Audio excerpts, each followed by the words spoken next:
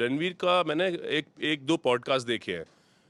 ऐसा नहीं है कि मेरी व्यक्तिगत नाराजगी है, माँ बाप के ऊपर आए और उसके बाद जो एक लाइन के बाद जो दूसरी लाइन आई, वो लाइन मैं बर्दाश्त बिल्कुल नहीं कर पाया। देखिए, अगर आज ये एक्शन नहीं होता, बाउंड्रीज तो क्रॉस होती और इतनी ज्यादा होती ना कि शायद हम लोगों को अपनी अपनी सोशल मीडिया बंद करनी पड़ती आने वाले समय में। Hello guys, welcome to Telly Masala. This is me Ampika Singh. मेरे साथ है सौरभ जी, जो आजकल बहुत ज़्यादा सुर्खियों में हैं। ऑल्सो इनकी एक्टिंग, इन्होंने देश के लिए भी बहुत कुछ किया है। तो सबसे पहले वेलकम करते हैं इनका। कैसे हैं आप सौरभ जी? थैंक यू, मैं बिल्कुल ठीक हूँ। आप कैसी हैं? एकदम फर्स्ट क्लास। सो क्या चल रहा है आजकल आपकी लाइफ में? ऑल्सो इंडिया से इतने टाइम दूर रहे हैं आप, कितनी आपकी लाइफ में कितनी बदलाव आ गए? लास्ट 7 ईयर से मैं यूएस में हूँ, WWE के लिए रेसलिंग कर रहा हूँ और थोड़ा टफ था अपने देश को छोड़ के जाना, अपने कल्चर को, अपनी फैमिली को। बट वहाँ रहा, वहाँ अच्छे से किया। जो मेरे अचीवमेंट थे, जो बचपन से ड्रीम थे, वो पूरे किए। काफ़ी चेंजेस आए, स्पेशली जैसे आपने बोला टाइम को लेके कि टाइम बिल्कुल ऑन टाइम पहुँचने की कोशिश करते हैं। सो काफ़ी ठीक है, बट अपना देश अपना ही है। काफ़ी मतलब वहाँ पे रह के आपने बहुत कुछ सीखा भी होगा, बट आप कहते हैं ना कि हम कहीं बाहर जाते हैं तो अपने देश को बहुत मिस करते हैं। तो कौन सी ऐसी चीज़ है पॉजिटिव और नेगेटिव आप वहाँ पे देखा है आपने?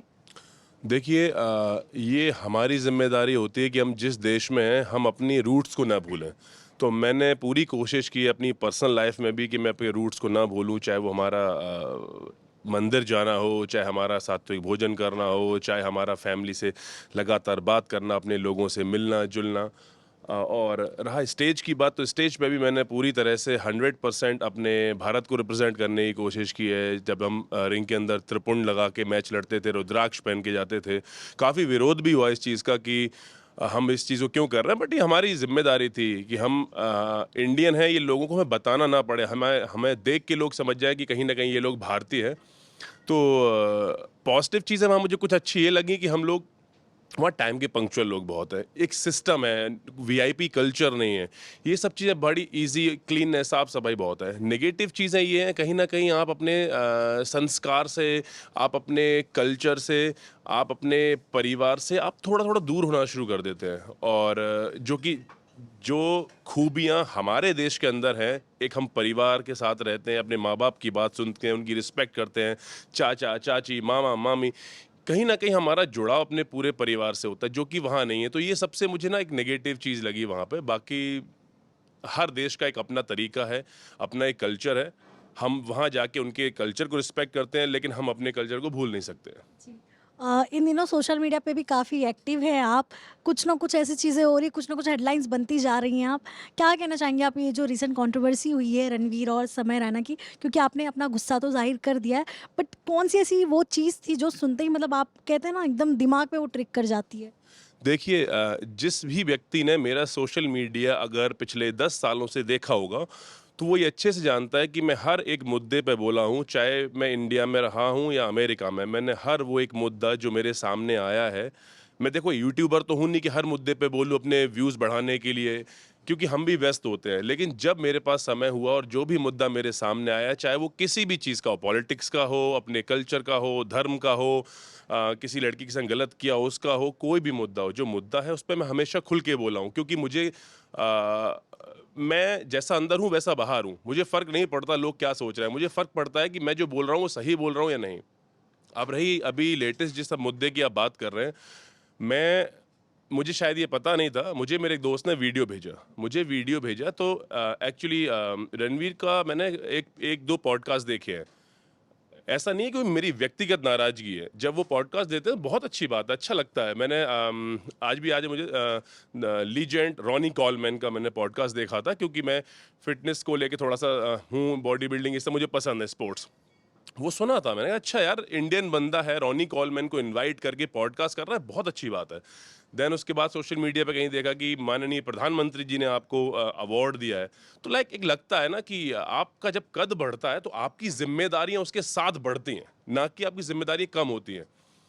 तो जब मैंने ये वीडियो देखा और वीडियो में जिस प्रकार के शब्दों का उपयोग किया ना, वो मुझे आग बबूला कर गए। मैं कभी नॉर्मली सोशल मीडिया पे कहीं भी, अगर जो लोग मुझे पर्सनली मेरे दोस्त जानते हैं, वो जानते हैं मैं गुस्सा आसानी से नहीं होता, क्योंकि गुस्सा करने का कोई मीनिंग नहीं है। मतलब मुझे नहीं लगता है गुस्सा हमें हर चीज़ पे होना चाहिए। मैं रिएक्ट नहीं करता, बहुत ऐसे बहुत ही कम हुआ है मेरी लाइफ में।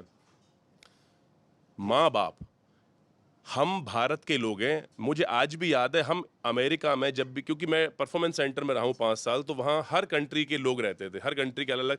और आप जानते हैं हर कंट्री का एक सोचने का तरीका अलग होता है, नज़रिया। वहाँ उनके बीच में रह के जब भी हम परिवार की कोई बात होती थी, देश की बात होती, हम लड़ते थे वहाँ। हम उन एथलीट से लड़ते थे इसलिए क्योंकि हम जानते हैं कि हमारे देश की संस्कृति कितनी बेस्ट है। हम किसी की संस्कृति को या किसी कल्चर को डाउन नहीं दिखाते थे, लेकिन हम ये जरूर बताते थे कि हम किस बैकग्राउंड से आए हैं, हमारे परिवार की अहमियत कितनी है। हम औरों कंट्रीज की तरह नहीं है कि 18 साल के हो गए बच्चा बाहर रहने लगा देन वो अपना, हम नहीं, वो नहीं है। हमारा जो कल्चर है, हमारा जो इतिहास अगर आप देखोगे, हम परिवार को लेके चलने वाले लोग हैं। जब वो शब्द माँ बाप के ऊपर आए और उसके बाद जो एक लाइन के बाद जो दूसरी लाइन आई, वो लाइन मैं बर्दाश्त बिल्कुल नहीं कर पाया। और मुझे सच में रियल में लाइफ में शायद इतना गुस्सा कभी आया होगा जितना मैंने उस वीडियो में बोला है।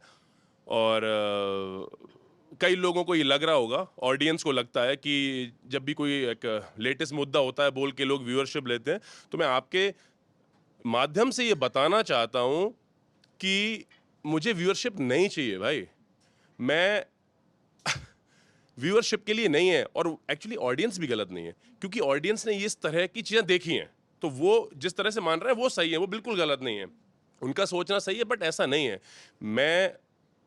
मुझे कोई मतलब नहीं था। मुझे वो जो लाइन सुनी, वो लाइन सुन के मुझे बहुत गुस्सा आया, स्पेशली अगर ये लाइन कोई ऐसा यूट्यूबर, ऐसा कोई बंदा बोलता जो है ही नेगेटिव, मतलब हमेशा वो उल्टी ही बात करता है, तो हम शायद हो सकता है मैं इतना गुस्सा नहीं होता, क्योंकि मुझे पता है कि इंसान ही गंदा है। लेकिन जब आपको माननीय प्रधानमंत्री जी ने आपको सम्मानित किया है, आपने इतने अच्छे पॉडकास्ट किए हैं, आप स्पिरिचुअलिटी की बात करते हैं, आप ईश्वर की बात करते हैं, और उसके बाद अगर आप इस तरह का शब्द का उपयोग करते हैं, तो ये आपकी बहुत बड़ी जिम्मेदारी है। इस कारण से मुझे गुस्सा आया, इस कारण से मैंने ये सब शब्द बोले। और कुछ लोगों का मानना ये भी है, मेरी कल भी बात हो रही थी एक न्यूज़ चैनल के साथ में, कि आपने उनको धमकी दी है। मैंने कल भी ये बोला था कि अगर मुझे धमकी देनी होती है ऐसा कुछ, पहली बात तो मैं कोई गैंगस्टर नहीं हूँ, मैं एक एथलीट हूँ जिसने अपने इंडिया को रिप्रेजेंट किया 7 साल लगातार वर्ल्ड वाइड। मैं कोई गैंगस्टर नहीं हूँ, मैं कोई गुंडा नहीं हूँ। और अगर मुझे धमकी ऐसी देनी होती ना, तो मैं ये नहीं बोलता कि महाराष्ट्र गवर्नमेंट से मेरी रिक्वेस्ट है, सेंट्रल गवर्नमेंट से मेरी रिक्वेस्ट है, हर एक बंदे से रिक्वेस्ट है कि इसके पीछे खड़े हो। ये हमारे यहाँ नॉर्मल वर्ड है जो कि हम गुस्से बोलते हैं कि तू कहीं मिलेगा तो देख लेंगे। बेसिकली इसका कोई पर्सनली मेरा, मैं अभी भी बोल रहा हूँ, पर अगर व्यक्तिगत रूप से वो मेरे ऊपर कोई टिप्पणी करते, मैं शांत रहता, मैं नहीं बोलता, इट्स ओके। लेकिन ये हमारी जिम्मेदारी है कि आप समाज के अंदर क्या फैला रहे हैं। आज हर छोटे बच्चे के पास फोन है, वो स्क्रॉल करता है, हम उसको 24 घंटे देख नहीं सकते पेरेंट्स, वो स्क्रॉल कर रहा है और वो देख रहा है ये क्या है, और उसके बाद अपने माँ बाप से ये शब्द पूछ रहा है। यार शर्म आनी चाहिए हमें। लोग बोलते हैं कि हम वेस्टर्न, मैंने सुना है कहीं किसी ने बोला है कि ये लाइंस किसी और शो में कहीं बोली गई थी। अरे भाई, अगर बोली गई थी तो पहली बात तो ये दूसरे देश में बोली गई थी, उनका सिस्टम अलग है, उनका कल्चर अलग है। और अगर आप उनको फॉलो कर रहे हो तो पूरी तरह से करो ना यार, आप पूरी तरह से करो। आप ट्रैफिक के रूल्स फॉलो करो, आप उनका वीआईपी कल्चर नहीं है, हर चीज़ को फॉलो करो अगर करना ही है तो। लेकिन हर एक कंट्री की सिचुएशन अलग होती है, उनकी परिस्थितियां अलग होती हैं, उनका माहौल कल्चर अलग है, तो हम किसी को कंपैरिजन नहीं कर सकते। बट ये शब्द बहुत गलत थे, मतलब इतने गलत थे कि मैं बर्दाश्त नहीं कर पाया। नहीं तो शायद मैं इतना गुस्सा कभी नहीं होता। मेरे फादर ने भी ये वीडियोस देखा, किसी ने बताया उन्हें, वो मुझे बोले इतना क्यों भड़क, क्योंकि उन्होंने मुझे इतने गुस्से में कभी नहीं देखा। तो अब मैं उनको आंसर नहीं दे पाया जिस तरह के शब्द वो बोल रहा है। सो बेसिकली यही रीज़न था। पर्सनल व्यक्तिगत कोई नाराजगी मेरी उससे ऐसी नहीं है, बट वो शब्द बोले, और ये हमारी जिम्मेदारी है, ये हमारी नैतिक जिम्मेदारी है कि हम ऐसी चीज़ों पर बोलें। प्रॉब्लम क्या हो गई है, मुझे ऐसा लगता है, मेरे संग अगर कुछ गलत नहीं हुआ ना, किसी और के संग हुआ है, मुझे क्या करना है यार, मेरे संग थोड़ी हुई है। इससे हमें बाहर निकलना होगा यार। अगर हमें सिस्टम को सुधारना है, सोशल में हमें चीज़ों को बदलना है। मैं ये नहीं कहता कि हम पाषाण युग में चले जाएं, बट हमें चीज़ों को भी समझना होगा। हम रामायण हम पढ़ते थे, हम महाभारत निकलते, हमारे कल्चर को कम से उनको तो हम थोड़ा बहुत तो बचा के रखें। तो बेसिकली इस कारण से मैंने उसको ये बोला, और मैं बहुत गुस्से में था और मैंने हाँ बोला है। कुछ ही टाइम के बाद उनका एक वीडियो भी आया था जिसमें वो माफ़ी मांग रहे थे। तो क्या लगता है आपको, बीइंग अ सिटीज़न इंडिया के, माफ़ कर देना चाहिए उन्हें, या फिर क्योंकि कई लोगों से, हर एक किसी का ना ऐसे मिक्स व्यूज़ आ रहे हैं। कोई कहता है कि हाँ, वार्निंग दे के छोड़ देना था, एक अपॉलॉजी ले लेना था, छोड़ देना था। बट आपको क्या लगता है कि ऐसे छोड़ना चाहिए, या फिर कुछ सबक सिखा के, या मतलब क्या एक्शन लेना चाहिए? देखिए, छोड़ना और पकड़ना ये हमारा कानून करेगा, क्योंकि हमें इंडिया में हमें गर्व है अपने कानून पर, ये बात सही है। लेकिन कुछ लोग बोल रहे हैं कि इन्हें ऐसे ही छोड़ देना चाहिए, या देखो मेरा मानना ये है कि ये नेचुरल है। अगर आप आज ये इतना, मैं आपसे एक सवाल करता हूं, अगर आज इस बात पे इतना बवाल नहीं हुआ होता तो आपको क्या लग रहा है इस तरह के शब्दों का और उपयोग नहीं होता?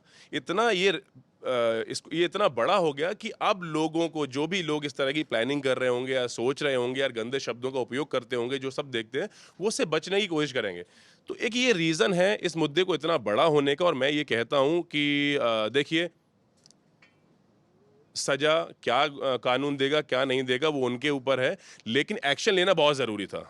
हो ये हो सकता था कि हम कहते इसने सॉरी बोल दिया, ठीक है, देखो सॉरी बंदा बोलता है, गलती मानता है और मांगा, ये अच्छी बात है। ये उसका बड़प्पन है कि उसने माफ़ी मांगी, चाहे उसने प्रेशराइज होके मांगी हो, चाहे अपनी तरफ से मांगी हो। लेकिन आपने जो लाइंस बोली हैं वो सोच समझ के बोली हैं। आपने बोला है कि हमने इसी की शो से उठाया, वो शो को से उठा, मतलब आपको पता नहीं लाइन का मीनिंग क्या है। तो सज़ा होनी चाहिए नहीं होनी चाहिए हम कानून के ऊपर छोड़ते हैं, बट एक्शन होना बहुत ज़रूरी था और मुझे लगता है कि एक्शन होना चाहिए। वो हो चाहे कोई भी हो, मैं भी हूँ, अगर मैं कुछ गलत बोलता हूँ, मुझे लोगों ने महाभारत में देखा है, मैंने अच्छे कैरेक्टर के लोग मुझे इज्जत देते हैं, अमेरिका में भी लोग मुझे एज ए भीम पहचानते थे। मैंने कई इंडियन फैमिलीज से मिला हूँ, उनके बच्चों को समझाया कि बच्चों ये करो। अगर मैं कुछ गलत करूँगा इस तरह का तो ये तो ज़्यादा रिस्पॉन्सिबल है, जबकि एक नॉर्मल बंदा कोई करेगा फ़र्क नहीं पड़ता। तो मुद्दा ये है कि सज़ा मिले ना मिले वो कानून को करना है, क्योंकि हमें अपने कानून पे पूरा भरोसा है, अच्छे तरह से अपनी पुलिस सिस्टम पे सब पे भरोसा है।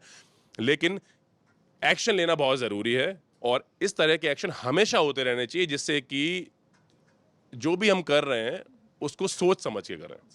लेकिन सौरभ जी, अगर आपने और भी न्यूज़ पढ़ा होगा, कुछ लोग कानून को अपने हाथ में ही ले रहे, इनफैक्ट उनकी मम्मी के क्लिनिक में भी कुछ लोग घुस गए थे। तो ये मतलब कितना गलत है कि मतलब किसी के पेरेंट्स को, मतलब जहाँ पेरेंट्स को लेकर ही इतना बड़ा मुद्दा हो गया है, वहीं आप किसी के पेरेंट्स के क्लिनिक में घुस के इतना बवाल कर रहे हैं। तो इस पे आपका क्या सोच है? देखिए, आपने खुद ही ये बात बोल दी कि हम पेरेंट्स के ऊपर जो कटाक्ष किया, जिस तरह की गलत बातों शब्दों का उपयोग किया, उसके ऊपर हम लड़ रहे हैं ना, तो ये बिल्कुल गलत है। क्योंकि देखिए, उनके पेरेंट्स की इसमें कहीं कोई गलती नहीं है। उन्होंने नहीं बोला होगा, और मैं ये आपसे बोल भी सकता हूँ, उन्होंने इस तरह की परवरिश नहीं की होगी। उन्होंने अच्छी परवरिश की, अच्छे से बच्चे को पढ़ाया होगा, लिखाया होगा। तो माँ-बाप का इसमें कहीं कोई रोल नहीं है। और माँ-बाप से तो मैं, अगर मुझे उनके माँ-बाप कभी मिले तो सबसे पहले उनके पैर छूऊँगा, पैर छू के उनसे नमस्ते बोलूँ, उनसे उनका कोई रोल नहीं है इसमें। और उनको कुछ नहीं बोलना चाहिए। ये जो शब्द बोले हैं, जिस व्यक्ति ने बोले हैं, जिस शोज़ पे बोले हैं, जिन लोगों के साथ बोले, चीज़ें उनके ऊपर होनी चाहिए। परिवार को बिल्कुल भी इसके बीच में ना आना चाहिए। मैं इसके बिल्कुल खिलाफ हूँ, मैं इस बात को बिल्कुल एग्री नहीं करता। ऑल्सो अगर आपने समय रैना का वो चैनल देखा होगा, उस पे पहले भी कई एपिसोड्स आ गए थे। तो सौरभ जी, आपको नहीं लगता कि लोगों ने अपनी मतलब राय रखी लेकिन कुछ ज़्यादा देर कर दी, जिसके वजह से चीज़ें बढ़ती गई? मुझे लगता है अगर इस बार भी अगर लोगों ने लिमिटेशन नहीं लगाई होती, इतना बवाल नहीं होता, तो शायद आगे और भी कोई एपिसोड्स आते जिसमें इससे भी ज़्यादा और ज़्यादा बाउंड्रीज क्रॉस होती है। आपको नहीं लगता ऐसा? देखिए, अगर आज ये एक्शन नहीं होता, बाउंड्रीज तो क्रॉस होती और इतनी ज़्यादा होती ना कि शायद हम लोगों को अपनी अपनी सोशल मीडिया बंद करनी पड़ती आने वाले समय में, और हमें अपने कान बंद करने पड़ते। एक्चुअली मेरी बात है तो मैंने ये शोज़ का नाम ही नहीं सुना था एक्चुअली पहले कभी भी, ना मैंने देखा। और मेरी तरह बहुत सारे लोग हैं जिन्होंने ये चीज़ नहीं देखी, क्योंकि हर किसी के पास इतना समय नहीं है कि यूट्यूब पे बैठ, यूट्यूब मोस्टली जो देख रहा है वो यूथ देखता है। अब यूथ देखता है तो यूथ को देखो, यूथ किस डायरेक्शन में जा रहा है, ये जिम्मेदारी समाज की और अब उन लोगों की है जो ऊपर बैठे हुए हैं। अगर आप बच्चे को बचपन से गलत राह दिखाओगे, वो गलत रास्ते पे जाएगा। बचपन से आप रूल्स रेगुलेशन स्ट्रिक्ट और हर चीज़ को लेके चलोगे तो वो उस तरह से जाएगा। तो लिमिट्स लग गई हैं और लिमिट्स और भी लगनी चाहिए। अब वैसे मैं सोशल मीडिया बहुत ज़्यादा स्क्रॉल नहीं करता, मैसेज वैसेज कमेंट्स से कभी देखता ही नहीं हूँ। लेकिन मैंने अभी, मुझे किसी दोस्त ने भेजा है, किसी एक यूट्यूबर ने ये चीज़ बोली है कि जितनी चीज़ों को दबाओगे उतनी ये बढ़ेंगी। ये जो भी यूट्यूबर है उनसे मेरा यही कहना है कि देखिए, ये इस तरह की बातें मत कीजिए, क्योंकि आपने शब्द बोले हैं जितना दबाओगे उतना बढ़ेगा। आपने बोला यूट्यूबर्स के लिए, बट ऑडियंस को भी देखिए, पब्लिक को भी देखिए। अगर आप उनको और दबाओगे तो वो भी ज़्यादा बढ़ेंगे। तो इस तरह से प्रॉब्लम्स को और बढ़ाना है, बढ़ाने की कोई ज़रूरत नहीं है। हम सब लोग भारतीय हैं, हमने सबने माँ-बाप से अच्छे संस्कार लिए हैं। उन संस्कारों को देखते हुए, उन चीज़ों को देखते हुए हर चीज़ को शांत करो और इस तरह के कंटेंट यूज़ ना करें, चाहे यूट्यूबर्स हों। मेरा तो मानना ये है कि टीवीज़ भी, मूवीज़ भी, जो भी हैं, देखिए एक लिमिट होना बहुत ज़रूरी है हर चीज़ में। अगर लिमिट नहीं होगी, आप क्रिएटिविटी के नाम पे अगर कुछ भी बोल दोगे ना, ये चीज़ें ठीक नहीं है। ठीक है, अगर आप कंपैरिजन, फिर से वही बात आ गई, कंपैरिजन वेस्ट को कर रहे हैं तो उनका कल्चर, उनकी लाइफस्टाइल, उनका सब चीज़ डिफरेंट है, हम उनको नहीं कर सकते फॉलो, वो अलग है, हम अलग है। तो ये मेरा सबसे ही कहना है, चाहे वो फ़िल्म्स हों, फ़िल्म की ऑडियंस हो, टीवी शोज़ हों या यूट्यूब हो, हमें हर चीज़ को, क्या पहले फ़िल्में नहीं आती थी, पहले हँसते नहीं थे? लोग हँसते थे ना पहले भी। जब गोविंदा जी कोई कॉमेडी करते थे, राजपाल, सब लोग हँसते थे यार। तो कॉमेडी या हँसाने के लिए, लोगों को खुशी लाने के लिए ज़रूरी नहीं डबल मीनिंग बात करो। ज़रूरी नहीं है कि आप इतने गंदे मज़ाक करो। तो मुझे नहीं लगता कि ये सब चीज़ ठीक है, बट ये अच्छा है, ये एक्शन होने से लिमिट कहीं न कहीं लगेगी। और मुझे लगता है कि इस तरह के एक्शन, इस तरह की नज़र पुलिस को, गवर्नमेंट को और हमारे फ़िल्म इंडस्ट्री को हमेशा रखनी चाहिए। ऑल्सो सौरभ जी, जब से ये रोस्ट कल्चर अपने इंडिया में आया तब से आपको नहीं लगता, क्योंकि मैंने जो पब्लिक रिव्यू किया उसमें भी कई लोगों का ये कहना था कि जब से ये जो रोस्टिंग वाला जो कल्चर आया इंडिया में, उसके बाद से चीज़ें इतनी ज़्यादा हो गई, बिकॉज सोशल मीडिया अभी कोविड के बाद से इतना ज़्यादा एक्टिव हुआ है, जिसके बाद बच्चे भी आजकल स्क्रोलिंग सीख गए हैं, मतलब फ़ोन में लेके यूट्यूब पे शॉर्ट्स देख रहे हैं, इंस्टाग्राम पे रील देख रहे हो, कहीं ना कहीं उनके ऊपर इम्पैक्ट हो रहा है, जैसे कि ये हम लोग तो देख ही रहे हैं। बट ये जो रोस्ट कल्चर चल रहा है, इसके ऊपर कितना गवर्नमेंट को कुछ पाबंदी लगानी चाहिए या नहीं? देखिए, गवर्नमेंट को पाबंदी लगानी चाहिए, ये तो बहुत मुश्किल क्वेश्चन हो गया है, क्योंकि हमारे देश में ना फ्रीडम ऑफ स्पीच है, ठीक है? तो रोक लगाए या न लगाए नहीं पता, बट लिमिट्स लगाना ज़रूरी है।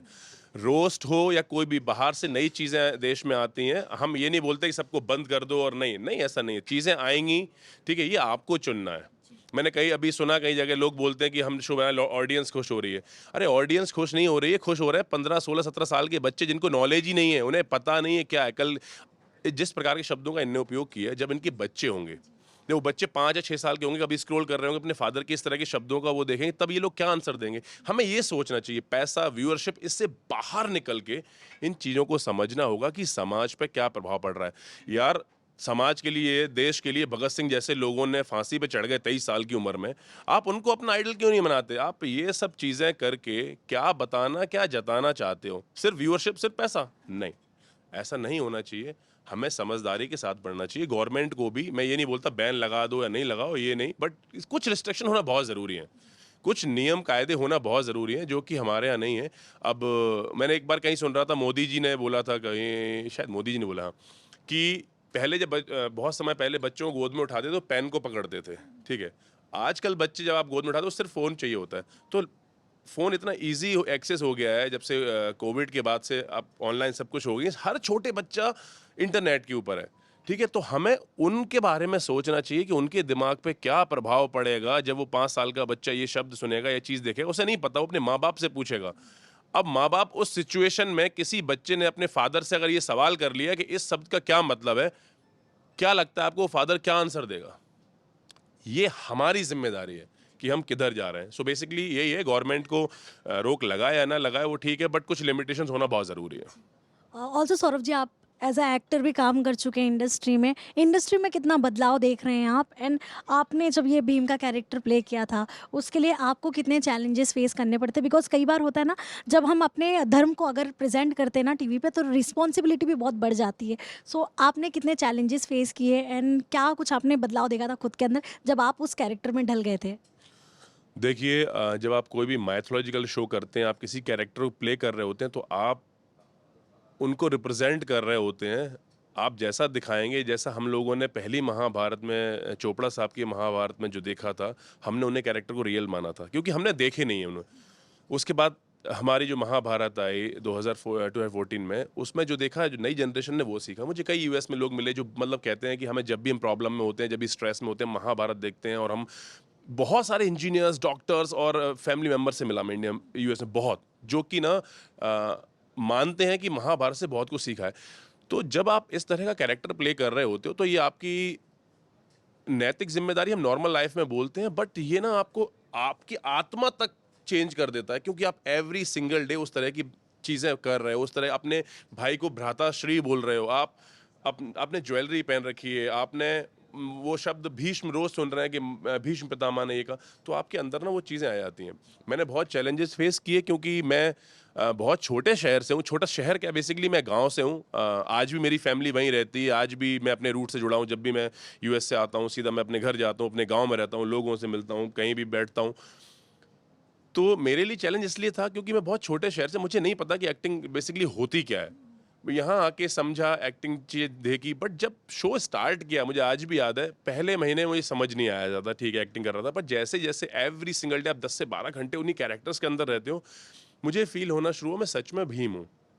आप जब ये फील करने लगते हो तो आप ये अपने आसपास गलत चीज़ों को, जो अगर आप पॉजिटिव कैरेक्टर कर रहे हो, आप गलत चीज़ें आपको बर्दाश्त नहीं होती। कभी कभार जैसे मैं जिस एरिया से आता हूँ, कभी कभार लोग वहाँ गाली देते हैं, ठीक है, वो सब चीज़ें ना मुझे बुरी लगने लगी। ठीक, गलत बात कोई करता था मुझे बुरा लगने लगा कि आप इस तरह की बातें क्यों कर रहे हो। पहले नहीं फ़र्क पड़ता था, लेकिन जब आप रोज़मर्रा की ज़िंदगी में रेगुलर आप जिस तरह के कैरेक्टर को प्ले कर रहे हो, आप उसको जीने लगते हो और एज ए एक्टर आप खुद वो कैरेक्टर बन जाते हो। तो बहुत चैलेंजेस आए थे मेरे मेरे मुझे वो कैरेक्टर प्ले करने में, भीम, क्योंकि भीम बहुत पावरफुल था, अपनी फैमिली के प्रति लॉयल था, और वॉर, ये सब चीज़ें काफ़ी टफ थी। बट अभी जब मैं आया हूँ, अभी वापस 8 साल बाद वापस मैं इंडस्ट्री में ही आ रहा हूँ, सो कहीं ना कहीं बदलाव बहुत है। अभी मैं देख रहा हूँ, जैसे कि आप बात करें तो लाइक जो टीवी सीरीज़ आ रही हैं ओटीटी प्लेटफॉर्म पे, उनमें भाषा में इतना बदलाव हो गया। हो सकता है जैसे हमारे यहाँ भी लोकल की भाषा में बहुत तरह की गलत गलत गालियाँ देते हैं, वो हो सकता है कि हमारे यहाँ नॉर्मल हो, क्योंकि हमारे कल्चर में उस तरह से वो शायद घुल मिल गई है।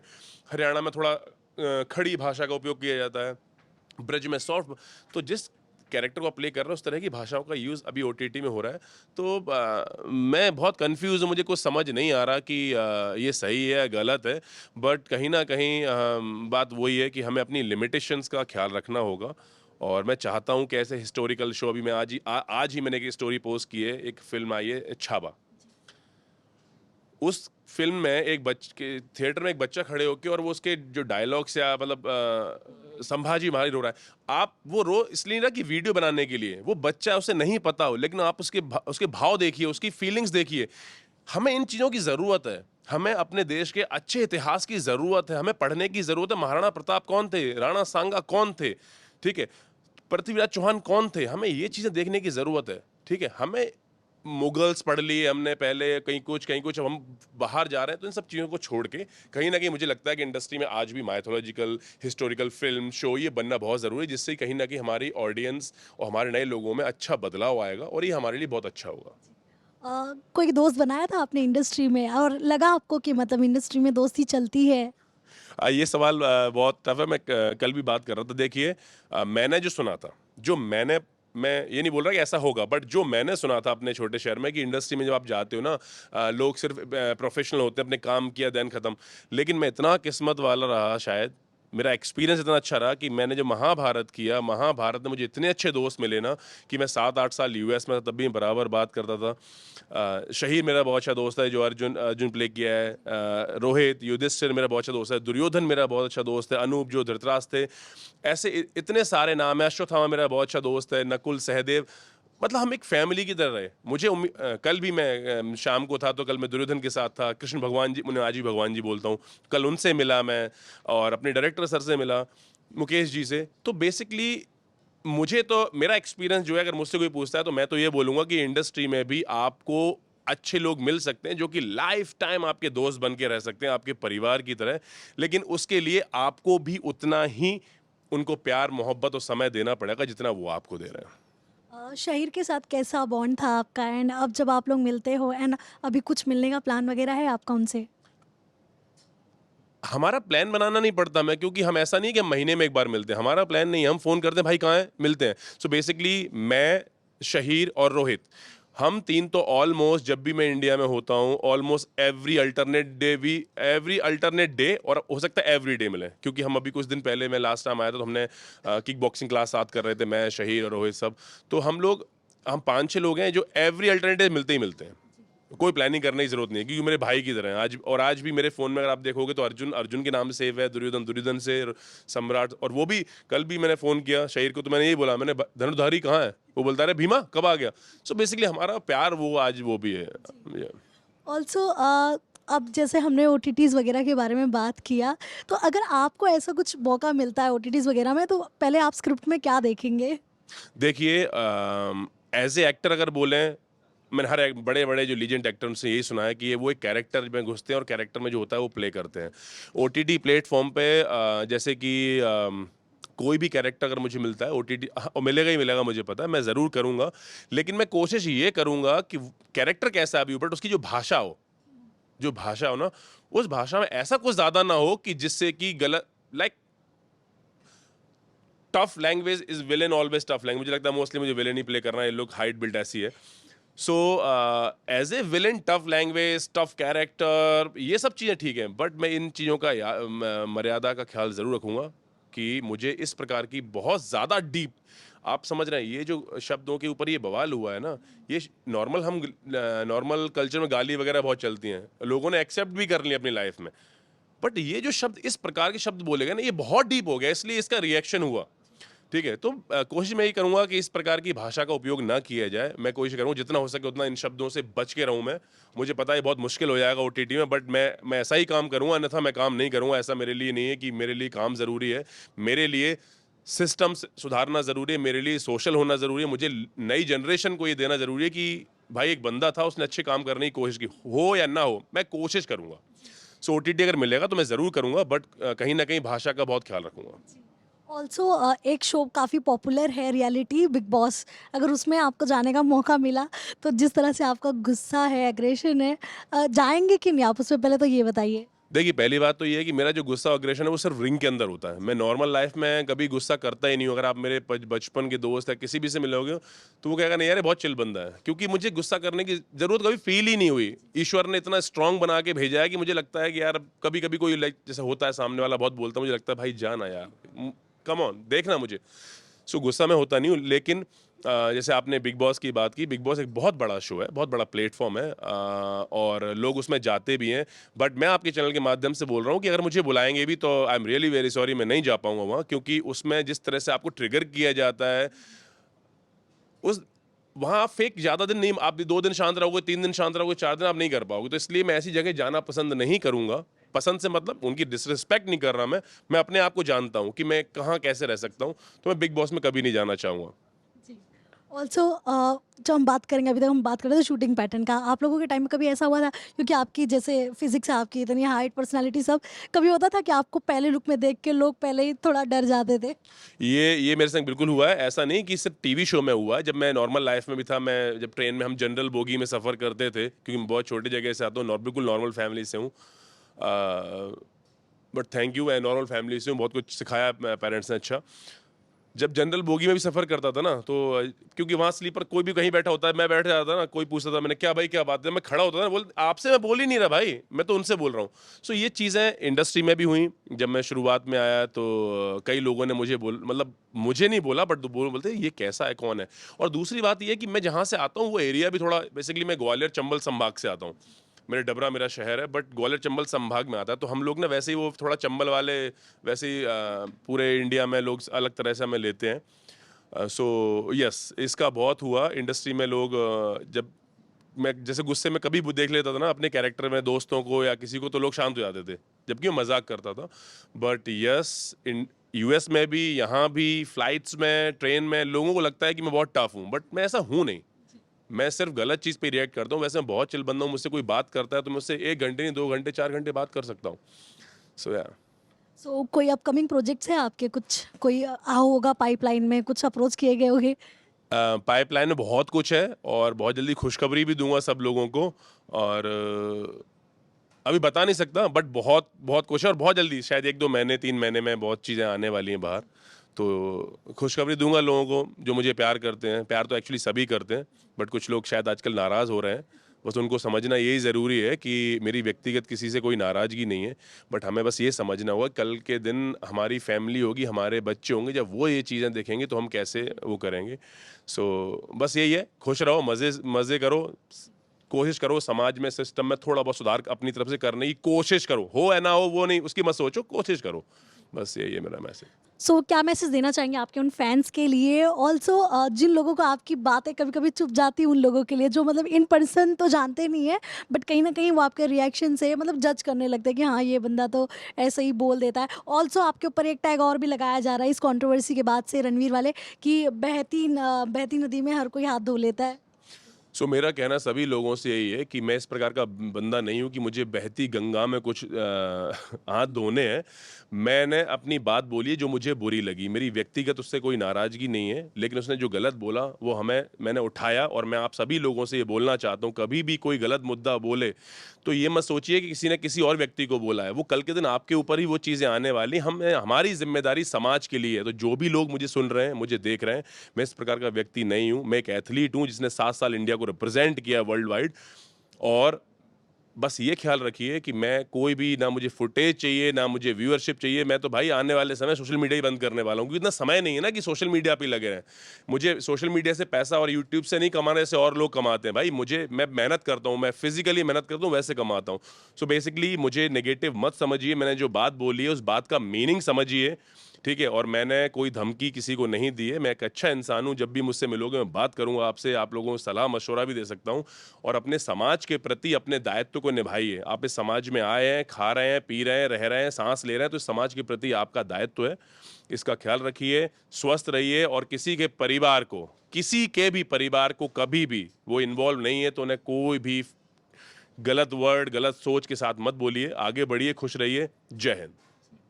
एक लास्ट क्वेश्चन है, अगर आप रणवीर से मिलते भी हैं तो क्या सलाह देंगे उन्हें? मैं उनसे मिलूंगा तो उनसे ये बोलूंगा कि आपने जो पॉडकास्ट किया था रॉनी कॉलमैन का उसमें रॉनी कॉलमैन को थोड़ा बोलने दीजिए यार, वो लीजेंड है। जस्ट जोक है, मजाक है। उनको मैं यही बोलूंगा कि आप जितनी ऊंचाइयों पर जा रहे हो, तो ऊंचाई के हिसाब से आपकी जिम्मेदारी उतनी ज्यादा बढ़ गई है। आपको यूथ देखता है। अगर आपको यूथ देखता है, आपकी जिम्मेदारी की जितनी अच्छी चीजें हो लोगों को दे सकें, आप जितना ज्यादा दे सकें उतना अच्छा है। और मैं ज़रूर अगर कभी मुलाकात फेस टू फेस बोलूँगा, और ये ज़रूर बोलूँगा कि जिस दिन आपने ये शब्द बोले थे, उस समय आपने फैमिली के, अपने माँ बाप के बारे में क्या सोच रहे थे? यार हम जिम्मेदार व्यक्ति हैं, और आप बहुत जिम्मेदार हैं। मोदी जी ने, प्रधानमंत्री ने आपको अवार्ड दिया यार। सोचो ना, आप कितने लकी, कितने किस्मत वाले हो कि आपको देश का प्रधानमंत्री अवार्ड दे रहा है। आपको उसके हिसाब से अपनी जिम्मेदारी और अच्छे से निभानी चाहिए। जो हो गया उसका कानून जिसे जो करना होगा वो कानून करेगा। लेकिन आगे भविष्य में आप और आप जैसे जो भी यूट्यूबर हैं, आप समाज का आईना बन रहे हैं, उनका एक आदर्श गए यूथ के, उनको अच्छी सलाह दीजिए, अच्छे काम कीजिए। That's it. Thank you so much Saurabh ji, आपने इतने बिजी आपके टाइम से इतना टाइम निकाल कर हमें दिया। Thank you so much and all the very best. जल्दी आपके नए प्रोजेक्ट्स लेकर आइए। Thank you. नमस्ते।